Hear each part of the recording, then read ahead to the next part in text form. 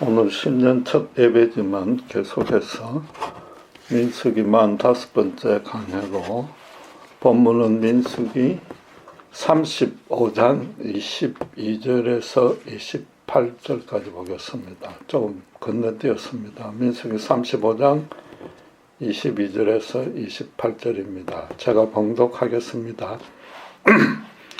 악의가 없이 우연히 사람을 밀치거나 기회를 엿봄이 없이 무엇을 던지거나 보지 못하고 사람을 죽일 만한 돌을 던져서 죽였을 때에 이는 악의도 없고 헤아려 한 것도 아닌즉 해중이 친자와 피를 보복하는 자 간에 이 규례대로 판결하여 피를 보복하는 자의 손에서 살인자를 건져내어 그가 피하였던 도피성으로 돌려보낼 것이요 그는 거룩한 기름 부음을 받은 대제사장이 죽기까지 거기 거주할 것이니라.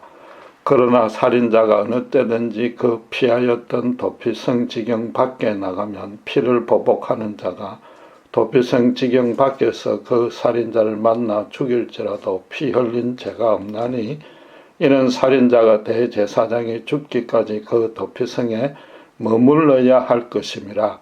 대제사장이 죽은 후에는 그 살인자가 자기 소유의 땅으로 돌아갈 수 있느니라. 많은 신자들이 하나님의 뜻대로 살기를 원합니다. 새해 아침에는 그런 마음이 더 절실해지고 정말로 올해는 신자답게 성경 말씀에 따라 살아야지라고 결심합니다. 그러나 막상 현실의 말씀을 적용하려다 보면 크게 세 가지 난간에 봉착하게 됩니다. 첫째 문제는 눈앞에 닥친 문제를 성경의 어떤 말씀과 연결시켜야 할지 잘 모르겠다는 것입니다.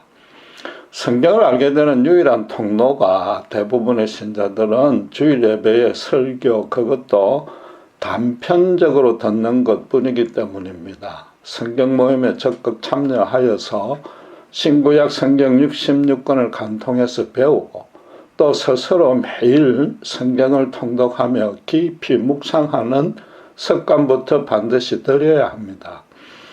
둘째 문제는 현대 사회가 너무 복잡해서 성경 기록에 없는 일들이 갈수록 더 많아지고 그래서 적용할 수 있는 말씀 자체가 없다는 겁니다. 그러나 세상에서 일어나는 모든 일들에 대해서 구체적인 정답을 제시하자면 성경은 한 권의 책이 아니라 거대한 도서관이 되어야 할 것입니다.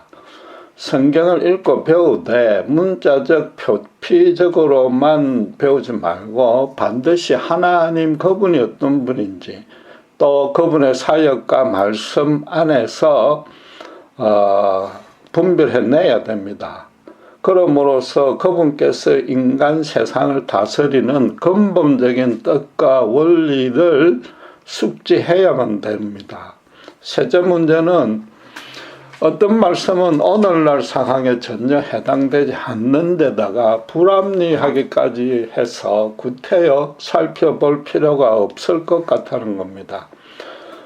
하나님이 당신의 백성이 몰라도 되는 규정을 성경에 계시할 리는 없습니다. 그리고 인간의 성정은 시대의 장소와 관계없이 항상 똑같습니다. 고대에 적용되는 하나님의 뜻과 원리는 당연히 지금 우리에게도 적용할 수 있는 겁니다.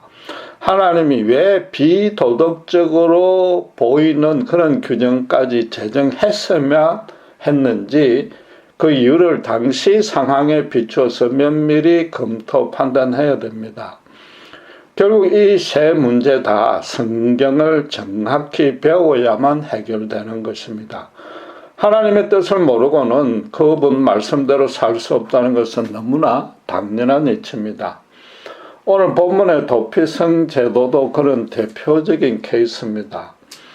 우발적 사고로 사람을 죽인 억울한 가해자를 보호해주는 그런 아주 선한 제도라는 것은 분명히 알겠습니다. 그러나 그 구체적인 의미를 잘 모르겠고 오늘날 이에 해당되는 사례도 없는 것 같고 무엇보다 요즘의 상식으로는 이해되지 않는 측면들이 몇 가지 있는 것 같습니다. 우선에 전혀 악의 없이 순전히 우발적 사고로 남을 죽였는데도 피해자의 가장 가까운 친척이 그 가해자가 도피성에 도달하기 전까지는 복수의 살인을 해도 된다고 합니다. 남의 생명을 빼앗는 것은 어쨌든지 간에 엄청난 잘못이긴 하지만은 또 그에 대한 사적인 복수는 특정인을 표적으로 삼아 의도적으로 죽인 것이기 때문에 또 다른 엄청난 죄인데도 하나님은 허락했습니다. 그런데 당시 유대 사회에서는 이런 가장 가까운 친척이 살인자에게 피해 복수를 해도 된다는 고엘 제도가 이미 시행되고 있었습니다. 지금도 그렇지만 고대에는 더더욱 가족이나 친척의 원수를 갚는 것이 윤리적으로 최고의 선으로 간주되었습니다. 마침 이번 주에 미국이 이란 혁명군 사령관을 드론으로 정밀 타격하여 살인하자 이란 전 국민이 피해 복수를 하겠다고 맹세하며 나섰습니다. 다른 나라 사람들도 그 이란을 정죄하기보다는 심정적으로 편을 드는 자들이 많을 겁니다. 고대에는 모든 도구들이 좀 원시적이고 초보적이라서 안전장치가 구비되지 않아서 우발적인 사고가 오늘날보다 훨씬 많이 발생했을 겁니다. 우발적인 사고라도 가까운 가족, 형제, 친척이라면 그 자리에서 극도로 화가 치밀어서 바로 복수할 것입니다. 그 이전에 먹고 살기가 힘들어서 이런 윤리의식이 많이 결여되어 있었습니다. 도덕 강도는 물론이고 살인이 예사로 자행됐을 겁니다. 그리고 인구가 적고 성읍들이 드문드문 자리 잡고 있기 때문에 한적한 곳에 숨어서 범행을 저지르기도 쉬웠을 것이고 또 교통이나 통신이 발달되지 않아서 마음만 먹으면 죄를 감추는 것도 아주 용이했을 겁니다. 말하자면 살인죄와 살인이나 그에 따른 피해 복수가 보편화되어 있어서 지금 순전한 실수로 사람을 죽였어도 어차피 죽음을 면하기 어려웠던 상황이라는 겁니다. 따라서 이렇게 우발적으로 죽인 자마다 고엘 제도로 인해서 억울하게 희생당하는 것을 막아주려는 의로운 목적으로 지금 도피성 제도가 제정된 겁니다. 실제로 민수기 이 35장을 자세히 쭉 읽어보면은 하나님이 우발적인 살인의 경우에 친척이 가해자를 죽여도 된다고 직접적으로는 전혀 언급하지 아니했습니다. 오로지 도피성으로 피하게 해서 억울하게 죽는 일이 없도록 하라고만 강조했습니다. 문제는 과학적인 수사기법이 발달하지 않았던 때라 자칫 사람들로 우발적인 사고를 가장한 살인을 시도하게 만들 수도 있다는 겁니다. 예컨대 낭떠러지에서 의도적으로 밀어서 추락하게 하고는 실수라고 강변할 수도 있는 겁니다. 그러면은 복수가 복수를 낚는 악순환을 초래할 수도 있다는 겁니다. 또 우발적인 살인자가 운 좋게 도피성까지 피신해서 재판을 통해 무죄로 밝혀졌는데도 대제사장이 죽기까지 그 성에서만 살아야 합니다. 대제사장이 장수하고 그 가해자가 그보다 먼저 죽게 되면 사실상 무기징역형인 셈입니다. 그렇다고 형벌의 기간을 길게 해서 가해자도 회개와 자수를 더 많이 해야 된다 그런 뜻은 없습니다. 마침 대제사장이 일찍 죽어버리면은 곧바로 자유의 몸이 되어서 어디라도 가서 살 수 있고 또 그에게 피해 복수는 엄격히 금지되기 때문입니다. 그럼에도 다른 사람의 수명에 따라서 죄의 형벌이 비례한다는 것과 대제사장도 인간인데 한 인간이 다른 인간의 평생을 지배한다는 것은 좀 너무 불리해 보입니다. 도피성으로 거주에 제한이 되기 때문에 자기 뜻대로 어떤 직업을 가지기는커녕 여행도 못합니다. 하나님이 이런 예기치 않은 부작용과 불합리한 점들이 있음을 모를 리는 없습니다. 그렇다고 해서 하나님의 입장에서 그런 피해 보수자는 물론이고 고의적인 살인자라도 그 현장에서 곧바로 벌을 내려서 죽일 수는 없는 겁니다. 흔히들 하나님이 세상에 흉악한 범죄자를 묵인하고 온갖 죄악이 들끓는 것을 방치한다고 비난합니다. 공평과 정의를 실현하지 않는 그런 하나님을 믿을 필요도 없다고 반발도 합니다. 예를 들면은 교회 새벽기도 하러 가는 권사님이 그것도 음주운전자의 차에 치여서 죽는데도 하나님은 왜 방치하느냐고 신자들마저 의아해합니다. 그러나 그렇지 않게 하려면은 하나님이 음주운전자의 차나 그 할머니를 순간적으로 공중에 붕 띄우든지 그런 기적을 베풀든지 아니면 그 운전자에게 벼락을 내려서 즉사시켜야 되는 겁니다. 그런 식으로 일일이 범죄한 현장에서 벌을 주면은 모든 네가 하나님이 두려워서라도 억지로 믿는 척은 할 겁니다. 그래서 인간 세상의 범죄는 아예 없애지겠지만은 모든 인생이 하나님의 노예 내지 꼭두각시가 되어서 그 평생을 살아야 되는 겁니다. 이는 하나님이 바라는 바가 결코 아닌 겁니다. 거기다가 이번에 만약 그러면은 인간들이 또 거꾸로 사람을 하나님의 종이나 기계로 만들어 마음대로 조종하는 그런 하나님은 믿고 따를 필요가 없다고 또 난리를 칠 겁니다. 이 도피성 제도를 정확히 이해하려면은 이 제도가 다른 율법 조항들과 완전히 다른 두 가지 특성이 있는데 그걸 잘 살펴봐야 됩니다. 이 두 가지 특성 다 대제사장과 연결되어 있는데 그래서 대제사장을 배제해버리면 이 제도를 정확히 알 수 없는 겁니다. 첫째로 도피성 제도는 오직 우발적인 살인죄에만 적용된다는 것에 주목해야 됩니다. 이스라엘 대제사장은 1년에 한 차례 속죄양의 피를 지성소 안 언약궤 위에 뿌려서 그 백성들이 그 해에 알게 모르게 지은 모든 죄의 용서를 구하게 했습니다. 양의 피로 대속하는 이유는 히브리서 8장 22절 말씀대로 피 흘림이 없이는 사함이 없기 때문인 겁니다. 모든 죄가 하나님께만 죽어 마땅한 죄이기 때문에 피로만 갚을 수 있다는 뜻입니다. 그런데 이 대속죄일의 양의 제사로도 용서받지 못하는 죄가 딱 하나인데 그게 바로 살인입니다. 고의적인 살인은 본문 앞에 16절에서 27절의 말씀대로 가까운 친척에게서 피해 보수를 당하거나 그런 친척이 없으면 백성들로부터 반드시 처형당해야 됩니다. 그러나 고의가 전혀 없는 우발적인 실수에 직접 벌을 줄 수는 없기 때문에 이 경우만 유일하게 도피성 제도로 보호해 준 겁니다.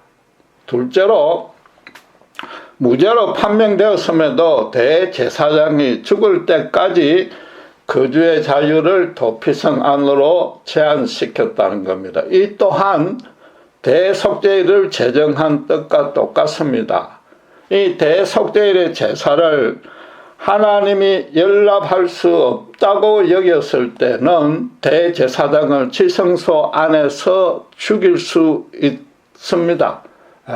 결국 대제사장이 모든 백성의 죄값을 책임지고 대신 죽음을 당해야만 한다는 뜻인 겁니다.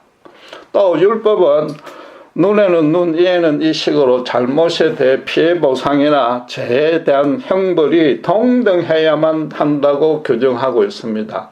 아무리 우발적인 살인이라도 다른 이의 생명을 빼앗았기 때문에 그 죗값도 죽은 자와 동일한 가치를 지니는, 즉 인간의 생명으로만 그 죗값을 갚을 수 있는 것입니다. 그러나 우발적인 실수를 저지른 죄가 없는 자의 생명으로는 갚을 수 없기 때문에 모든 백성의 죗값을 감당해야 되는 대제사장의 죽음과 연결시킨 것입니다. 성경이 모든 죄가 하나님께 범한 것으로 죽어 마땅하기에 피 흘림 없이는 제사함이 없다고 선언한 뜻이 무엇입니까? 어느 인간도 죄에서 자유로울 자가 없는 죄인이기 때문에 반드시 죽어야만 한다고 하나님의 종교 법정에서 사형 선고를 내리는 겁니까?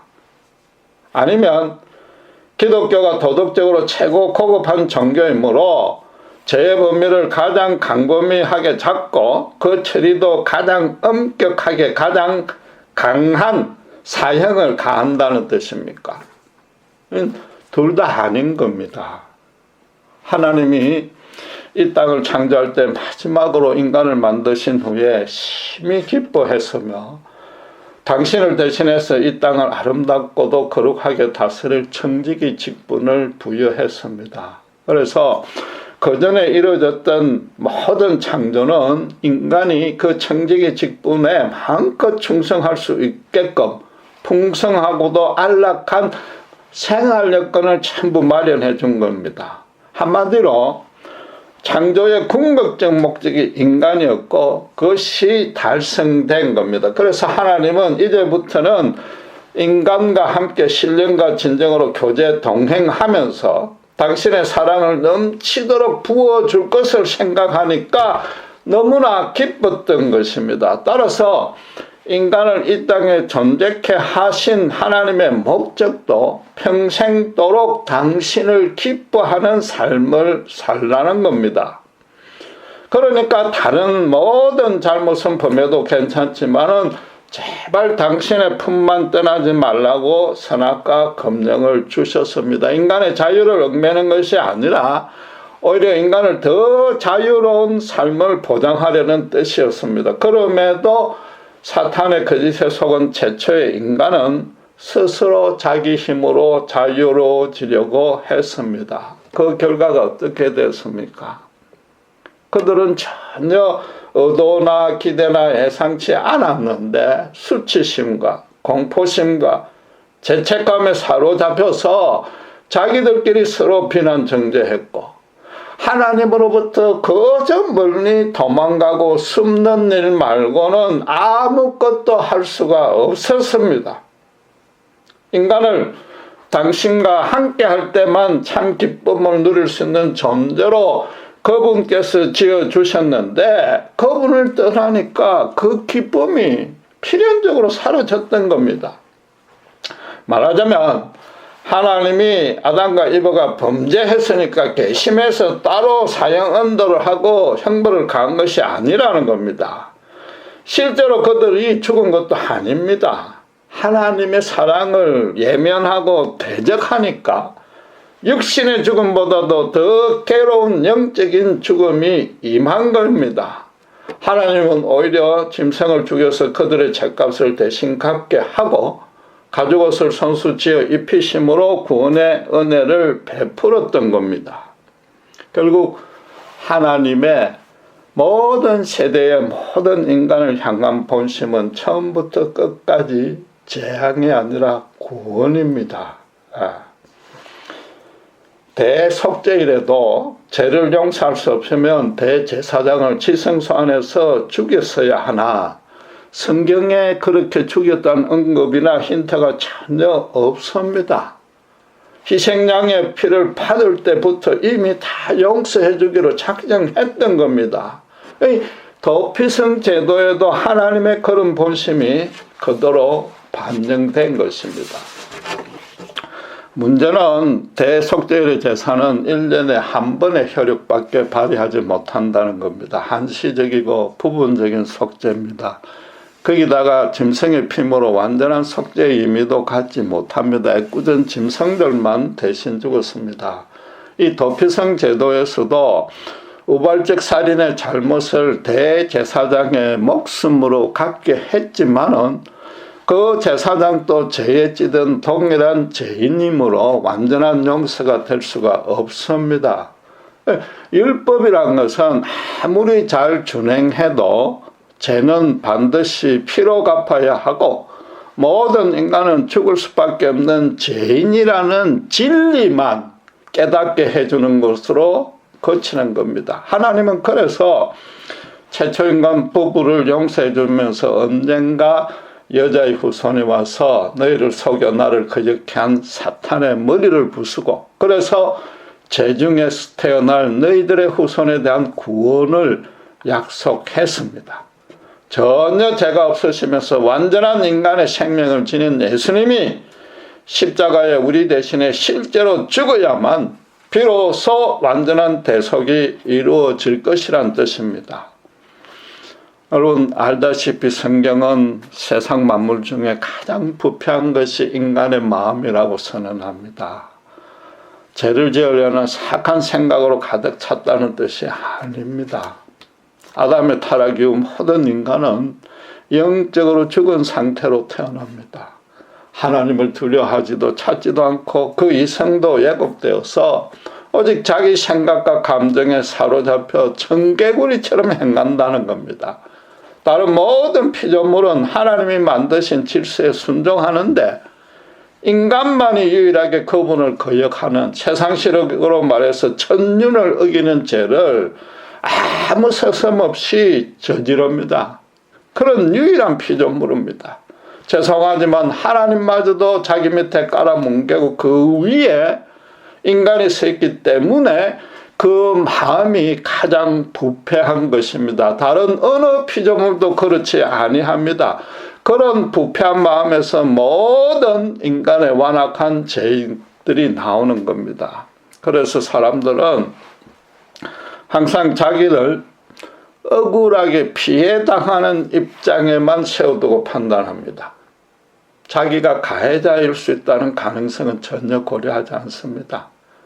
다른 사람들에게는 당연히 그렇고 하나님마저도 피해자의 입장에는 절대로 두지 않습니다. 내 눈에 들보는 보지 못하고 남의 눈에 티끌만 집어내는 잣대를 사람 사이만 아니라 하나님에게 마저 갖다 댑니다. 신구약 성경을 잘 보면 하나님에 대한 모든 기록이 당신께서 인간의 수준까지 낮추어서 그게 맞춰주는 모습뿐입니다. 지금도 분노의 복수를 하는 자를 용납해 줄 만큼 낮아지셨습니다. 새벽기도 가는 권사님을 음주운전으로 치어서 죽이는 자도 살려주십니다. 만물 가운데 너무나 부패한 인간의 심령은 그 어떤 것으로도 특별히 율법 전문으로는 절대로 고칠 수 없음을 당신께서 너무나 잘 아시기 때문입니다.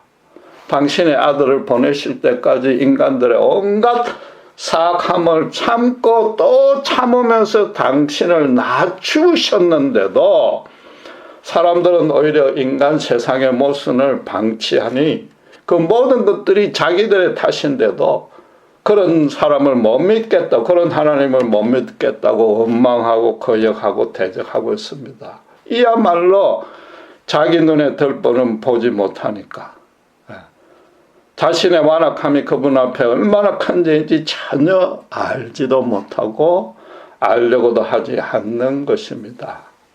모든 사람이 하나님의 진노 아래 죽을 수밖에 없는 죄인이라고 선언하는 성경이 절대적인 진리일 수밖에 없는 것입니다.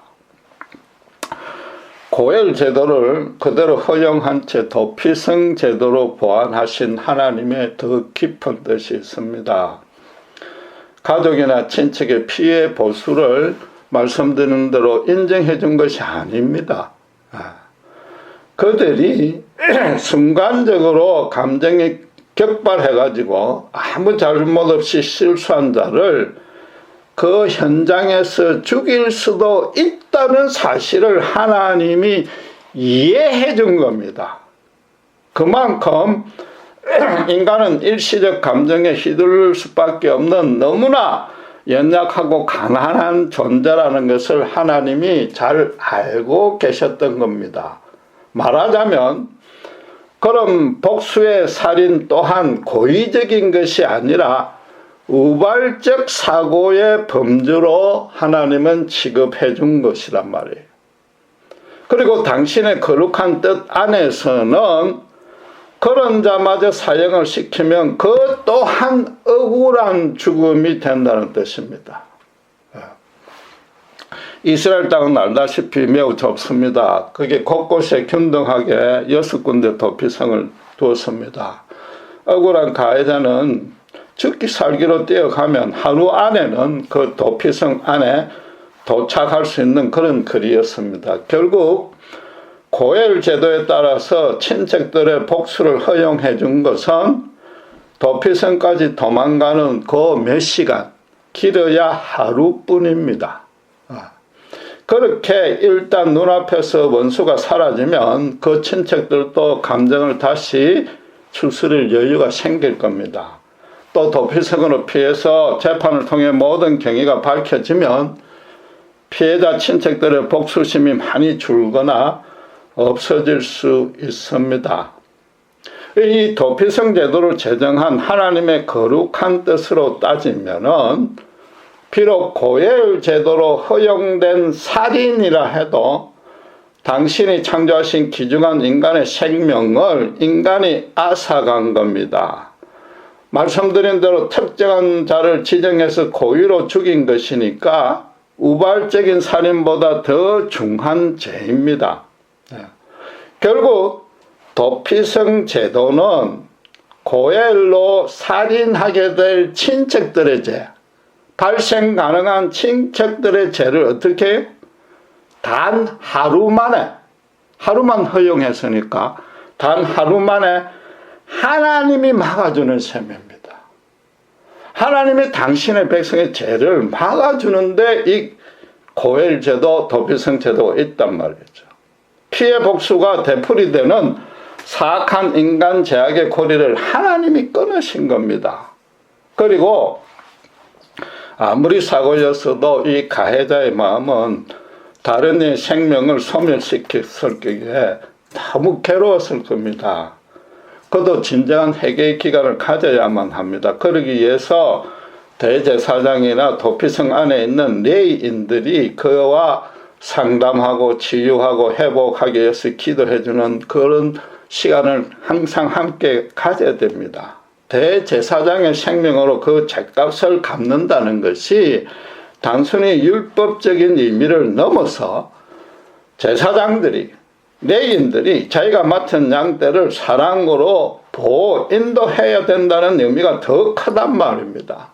제사장들은 평생을 자기가 살아있는 동안에 그 억울한 죄인의 생명까지 살려내라는 뜻인 겁니다. 우발적인 사고로 인한 살인은 실수한 자만 억울한 것이 아니지 않습니까? 피해자부터 우선에 전혀 예상치도 못한 가운데 멀쩡히 있다가 순식간에 죽었습니다. 그 피해자, 죽은 사람만큼 억울한 죽음도 없습니다. 또 이런 억울한 사고를 낸 자도 만약 고엘 제도로 죽어버리면 그만큼 또 억울한 죽음도 없습니다. 그는 사형을 당할 이유가 전혀 없단 말입니다. 나아가서 이런 고엘에 따라서 정당한 복수를 하는 친척들도 하나님의 법으로는 사형에 해당하는 죄입니다. 이 세 당사자 모두 사실은 연약하고 비참하고 가난하고 억울합니다. 인간 세상에서는 이 세 당사자를 모두 만족시킬 만큼 지혜로운 해결 방도는 전혀 없습니다. 이번 이란군 사령관을 미국이 살해한 사건이 바로 그런 확실한 증거지 않습니까? 모든 죄가 상대적이고 그 판단의 최고 우선 기준은 애국심입니다. 반드시 가해자와 피해자로 혹은 선과 악으로 나눠서 한쪽이 벌을 받아야 되는 것이 인간이 생각하는 정의일 뿐입니다. 대속죄일로는 부족한 인간의 대속 구원을 완전한 제물로 오신 예수님이 십자가의 영단번의 제사로 완성시켰습니다. 그 안에 숨겨진 또 다른 중요한 의미가 있습니다. 인류 역사상 최고로 억울한 죽음이었다는 겁니다. 주님은 아무 죄가 없으실 뿐만 아니라 인간들을 위해서 오직 선하고 의로운 일만 행했습니다. 나아가서 인간인 세상에서 억울함을 당하는 사람들을 찾아가 눈물을 닦아서 주었습니다. 하나님의 저주를 받았다고 세상에서 정죄되고 격리되어서 사람들이 상종조차 않던 사람을 먼저 찾아가 사랑으로 품어주었습니다. 예수님은 사람들의 정당한 복수로 죽은 것도 아니지 않습니까? 세상에서 가장 어렵다고 사람들의 칭찬이 잦아든 유대 종교 지도자들을 죽을 수밖에 없는 죄인이라고 선언하는 바람에 그들의 자존심을 건드렸다는 것이 그 죽음의 첫째 이유였습니다. 주님은 오히려 그들을 용서하고 구원의 은혜로 초대하려는 목적으로 참된 복음을 가르쳤는데도 죽였습니다. 죄에 찌들어서 부패한 마음 때문에 감정에 사로잡혀가 격분해가지고 만왕의 왕으로 모셔도 부족할 주님을 하나님에게 가장 저주받는 형벌인 십자가에 매달았습니다. 인간이 만든 율법의 시행 세칙을 부실로 해서 거룩한 율법 자체를 주신 하나님을 도리어 인간들이 정죄하고 심판했습니다.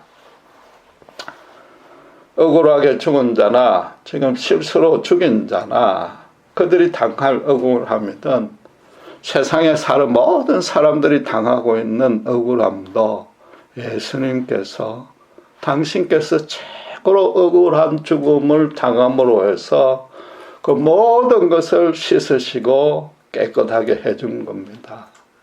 주님은 그것으로 끝이 아니었습니다. 마지막까지 인류의 참된 대제사장의 자격으로 자기를 죽음에 내몬 원수들마저도 자기들이 하는 짓이 무엇인지 모르니 용서해달라고 성부 하나님께 중보 기도했습니다. 세상에서 살인이 가장 중한 죄이지만 그마저도 인간들이 사탄에 미혹되어서 조종당하고 있는 줄을 그들이 모르니까 자행했다는 겁니다. 가장 중요한 죄, 그것도 원수 대적들의 죄까지 중보했으니까 주님은 온 인류의 죄를 한 사람도 빠지지 않고 중보를 한 것이며 더 중요하게는 당신의 죽음으로서 그 죄값을 다 갚아주신 것입니다. 지금 이 도피성 제도가 구약시대의 우발적 살인을 어떻게 다스려야 되는지 그런 형벌 규정이 아니라는 말이죠. 우발적 사고에 관련된 이 세명의 억울한 것, 더 정확히 말해서는 일시적인 감정에 휘둘려서 꼼짝 못하는 죄를 지을 수밖에 없는 너무나 연약하고 가난한 인간들을 죽음에서 건져내 주신 생명이 이 도피성 제도란 말입니다. 대제사장의 죽음으로만 억울하게 죽은 자의 피로 더럽혀진 땅을 깨끗게 할 수 있고 억울하게 살인자가 된 가해자의 죄도 용서받게 했고 나아가 또 다른 살인을 미리 방지해 줄 수 있었던 그런 사랑의 십자가 복음이 이 도피성 제도인 겁니다. 신자가 하나님의 뜻을 알고 싶은데 성경이 어려워서 모르겠다고 불평해서는 안 됩니다. 그건 성경을 그만큼 읽지 않았다는 증거입니다. 성령의 영감으로 기록된 성경은 정말로 마음을 열고 성령님께서 조명해 달라고 기도하면서 천천히 묵상하면서 읽으면 읽혀집니다. 하나님의 깊은 뜻도 깨달아집니다. 성경을 제대로 읽고 있다는 증거는 두 가지뿐입니다. 첫째는 자기 자신의 추악함을 철저하게 깨달았느냐. 둘째는 그것을 깨끗게 해줄 수 있는 것은 예수님의 사랑뿐임을 절감했느냐. 이 두 가지 여부뿐인 겁니다. 왜냐? 성경이 말하는 것은 예수님의 십자가 은혜뿐이기 때문입니다. 성령으로 제작된 말씀이기 때문에 살아 운동력이 있어서 혼과 형과 관절과 골수를 찔러 쪼개고 인간의 마음과 생각의 뜻을 감찰합니다. 세상의 모든 만물도 하나님의 눈앞에 벌거벗은 것 같이 드러내는 게 성경입니다. 예수님 그분은 모든 죄값을 당신의 생명과 1:1로 바꾸면서 친히 다 갚아주셨습니다. 진정으로 십자가에 죽었어야 할 자가 바로 내 자신이었음을 절감한다면은 그 썩어 없어질 내 생명을 주님의 십자가 함께 못 박아 죽이고 그럼 주님의 대속의 은혜가 임합니다. 그리고 주님의 부활과 함께 영원토록 그분의 기쁨과 감사와 자유와 평행 가운데 동행할 수 있는 참 생명을 부여받습니다. 우리 안에 생명이 내주하시고 정말로 주님의 하늘과 땅의 모든 권세를 갖고 함께 해주고 계십니다.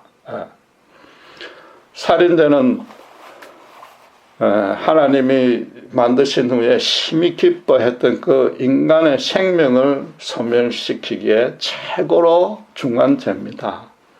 하나님의 창조의 목적을 무산시켰고 하나님 당신께서 기뻐할 대상을 없앴기 때문에 따지고 보면 하나님 당신을 죽인 것과 같습니다. 이건 죽음으로도 도무지 갚지 못할 죄입니다. 그럼에도 하나님은 구약의 모세와 다윗, 신약의 바울처럼 살인자도 당신의 귀한 충성된 종으로 세웠습니다. 그럴 수 있는 이유와 근거가 뭡니까? 하나님 당신께서 십자가에 직접 살인을 당함으로 해서 살인죄인까지 용서하고 사랑으로 품어주셨기 때문인 겁니다. 예수님 안에서만 세상 죄악과 흑암의 세력은 물론이고 모든 고난과 허물과 수치와 억울함에서도 온전한 도피를 할 수 있습니다. 예수님만이 모든 세대 모든 인간의 영원하고도 완전하며 유일한 도피성입니다. 다른 곳에서는 인간이 아무리 도덕적으로 어렵고 종교적으로 경건해도 참 평안이 결코 임할 수 없습니다. 세상과 돈이 주인이 아니고 사람들의 눈치를 전혀 보지 않는 그런 순전한 마음이라면 새해에 얼마든지 자기 뜻대로 계획할 수 있습니다. 그 뜻 계획 가운데 자기도 모르게 자기 욕심이 개입되어 있었다 할지라도 본문처럼 고의적인 거역이 아니라면은 주님이 마련하신 도피성으로 피할 수 있다는 겁니다. 하나님이 우리가 미처 몰랐던 잘못된 욕심마저 깨우쳐서 고쳐주시고 그 일도 합력해서 당신의 뜻 안에서 선으로 이끌어 주시는 겁니다. 신자가 되었다는 뜻은 예수님만이 참 기쁨이자 참 생명이고 또 그것을 이미 소유하고 누리며 살고 있다는 겁니다. 우리가 세상에서 아무리 힘들고 억울하고 때로 죄로 서려져도 그분만이 소망이며 그분이 다시 세워줄 수 있는 겁니다. 그분 안에서 신자의 실패는 올해도 단 하나도 없을 겁니다. 세상 사람들이 아무리 그렇게 볼지라도 우리는 확신하는 겁니다. 우리 스스로 신자 스스로 실망하고 주저앉을 수는 결코 없는 겁니다. 그럼 주님이 도피성도 아니요. 주님을 다시 십자가에 못 박는 것과 같은 셈입니다. 쉽게 말해서 올해 내 계획이 또 그 계획대로 행하는 것이 성경에 계시된 하나님의 뜻과 계획에 맞는지 안 맞는지 따질 필요도 사실상 없다는 겁니다. 완벽하게 그것을 다 알 수 있는 자도 없습니다. 혹시라도 그러지 못하게 될까 염려하거나 또 그래서 벌받을까 두려워할 이유도 전혀 없습니다. 하나님의 독생자가 정말로 우리를 위해서 당신의 생명을 바쳤지 않습니까? 신자는 하나님의 영원하시고 완전하신 참 기쁨 안에 이미 들어와 있기 때문에 평생도록 믿음으로 더 이상 요구할 것도 없고 불안 염려해야 할 것도 없는 겁니다. 어떻게 하면 신자답게 하나님의 뜻에 따라 올해도 잘 살 수 있는지는 복음서에 예수님을 깊이 연구하고 묵상하면 얼마든지 알 수 있습니다. 사실은 어지간한 신자라면 이미 다 알고 있는데 죄의 본성과 세상 유혹에 지고 사탄의 시험에 흔들려서 주저하고 있을 뿐입니다. 그러니까 더더욱 예수님의 긍휼과 사랑 안에 거해야 되는 겁니다. 하나님은 태초부터 영원까지 똑같은 열정과 크기를 갖고 우리를 사랑하시고 그 증거가 십자가인 것입니다. 신자가 올해 세울 계획과 결심으로는 예수님의 십자가만을 유일한 도피성으로 삼는 것, 그것 하나로 충분한 것입니다. 기도하겠습니다. 하나님이 고엘 제도로 피해 복수도 허용하고 그 가운데에서도 억울한 자를 도피성 제도로 구해주시는 참으로 깊은 뜻을 살펴보았습니다. 예수님은 십자가에서 정말 억울한 죽음을 당해서 세상의 모든 억울한 자의 억울함도 씻어주셨고 또 심지어 십자가에서 말도 안 되는 살인을 당했기에 세상에 그 살인죄인마저도 용서하시고 모세, 다윗, 바울처럼 주님의 큰 정으로 세우시는 놀라운 은혜를 베풀었습니다. 바로 우리가 그런 하나님의 은혜 가운데 있음을 믿습니다. 성령님께서 주님의 그 하늘과 땅의 모든 권세와 함께 우리 안에 내주할 때에 하나님의 말씀이 살아 역사하고 운동력이 있어서 우리를 통해서 다른 자의 생명까지 살리는 놀라운 역사를 일으켜 주실 줄 믿습니다. 우리를 신자로 부르신 뜻이 바로 도피성 제도의 대제사장 또 레위인처럼 평생을 가지고 억울한 자의 생명을 살리는 일에 쓰임받게 하려고 부르신 줄 믿습니다. 이 소명 정말 귀하게 여기고 더 이상 하나님의 사랑과 권능에 의심불평하지 아니하고 오직 주님만을 올해도 도피성으로 삼아 참 기쁨을 누릴 수 있도록 우리 모두를 축복해 주시옵소서. 감사합니다. 우리 주 예수 그리스도 이름으로 기도드렸습니다.